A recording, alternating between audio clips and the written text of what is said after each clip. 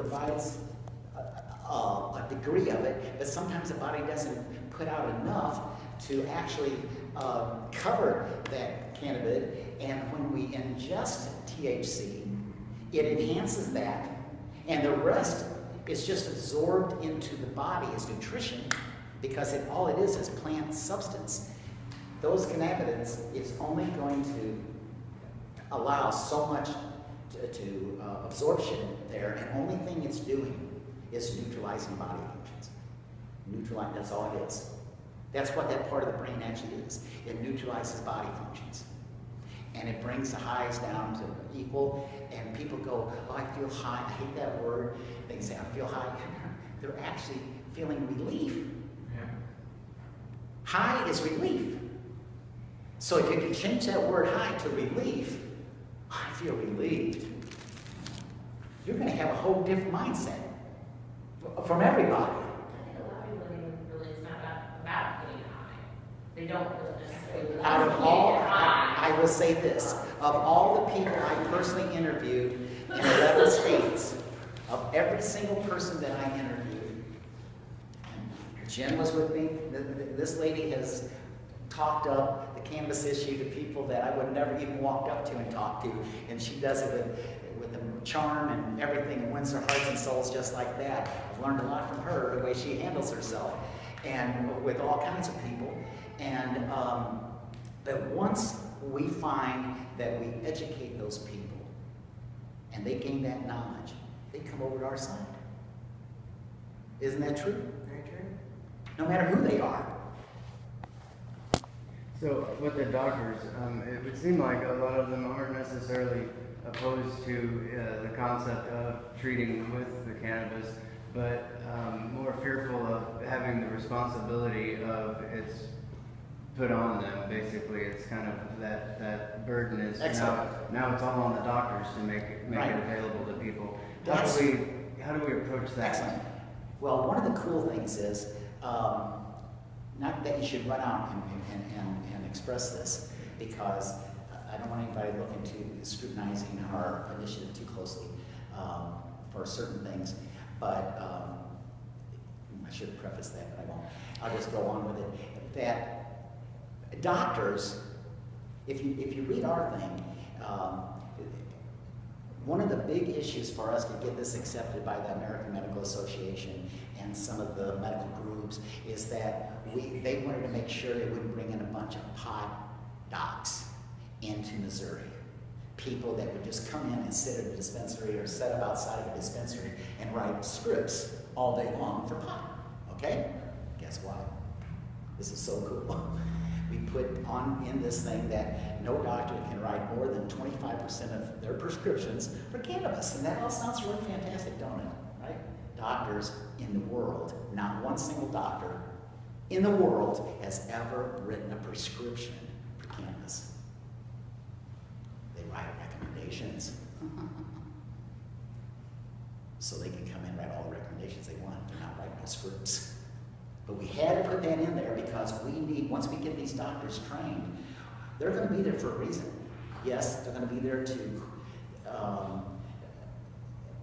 provide those recommendations, but we want a doctor that can qualify and quantify these recommendations for real. We want these people to have these issues and have these doctors actually analyze these people, look at their paperwork, talk to these patients, do the right thing, and offer that recommendation if they really need it.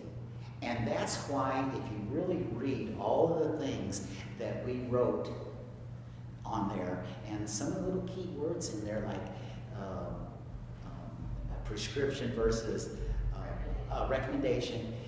Another good one to look at, which we were really proud of, was what was it? Included but not limited to. Well, right. That is another great phrase.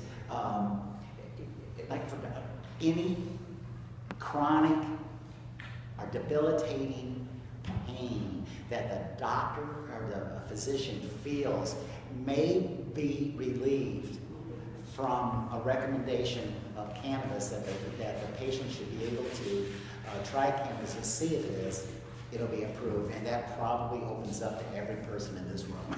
Somebody's got some kind of chronic pain or some kind of attitude adjustment anyway. No, just kidding. I didn't want to look over at you for a reason.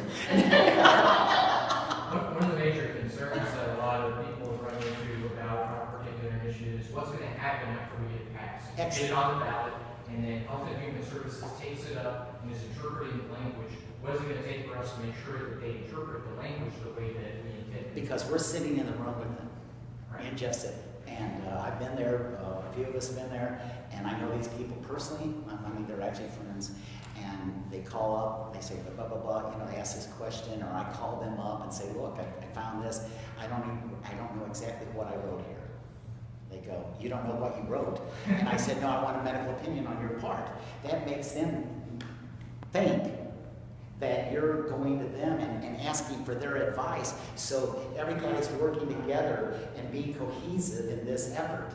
And that's the way the Missouri Health Department feels about our initiative, right? And I think that's fantastic. And one of those particular issues that I was concerned about was vegetating plants, because there is no language in our petition about vegetating plants. And I think that was done deliberately, Yes, it because was. we don't want to put a limit on vegetating plants, because, you know, for a medical treatment, you could juice the plant, for example, which means we need pounds of plant matter every single day. Right, so don't bring it up again.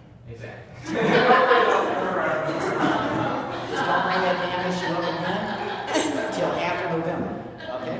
Then you can say all you want, but right now, till November, don't say a word about that. So back to the DEA again. So if the DEA has it descheduled and the VA, their doctors, it's kind of tied in with that as well. So can it, you know, It's just gonna stay dormant because the VA doctors are not going to do it. I don't blame them because they're risking their medical license every time they even talk about it. No matter who the doctor is in Colorado, state law means nothing. It means absolutely nothing to a physician. They're not guided by state law. They're guided by the Hippocratic Oath, which is BS really. I mean, the Hippocratic Oath isn't real. You may think it is, but it's not. But the laws that control doctors is all federally regulated. Federally regulated. And all these doctors that write these, one more time, recommendations are risking their medical license every day. Your DEA license. Right, because that's where they get their license from. And that's who maintains their license. And I guarantee you that for years, when it first started, that every one of those doctors came under scrutiny, and every one of them's listed with a drug enforcement agency, and every single one of them, I guarantee you, is on a database, is on a probable hit list. If things would change and we had a president all of a sudden come in, and there are some ding-dongs out there running that could screw us. And I'm telling you right now, if you vote for Hillary Clinton, we could be screwed. Now, you may not think that, might be a bunch of Hillary supporters here, but I guarantee you, I know this lady, and she is, for some reason, if anybody needs to smoke a joint, that lady does. Yeah. And, you know, I've confronted her right to her face, and over different issues, not this issue. And she's an embarrassment, just like her husband was. And I'm not going to go into politics here, but we are political. You know, people say, well, the VFW is not political. That's BS. The Veterans of Foreign Wars is the most political veteran organization in the world. We wouldn't even have veteran rights that we have right now if it wasn't for the VFW. We're the ones that stand on the White House lawn and try to educate these senators and representatives every single day. And that's what we're doing in Jeff City. Thank you. Well, we're trying, and there's quite a few of us. And the older ones are the ones who are with me. I've got an 84-year-old man, his name's Dewey Ring. He is a legislative chairman for, and then Charlie is the Republican, and Dewey is the Democrat. Charlie's against us, he's Republican. He's kind of down on us.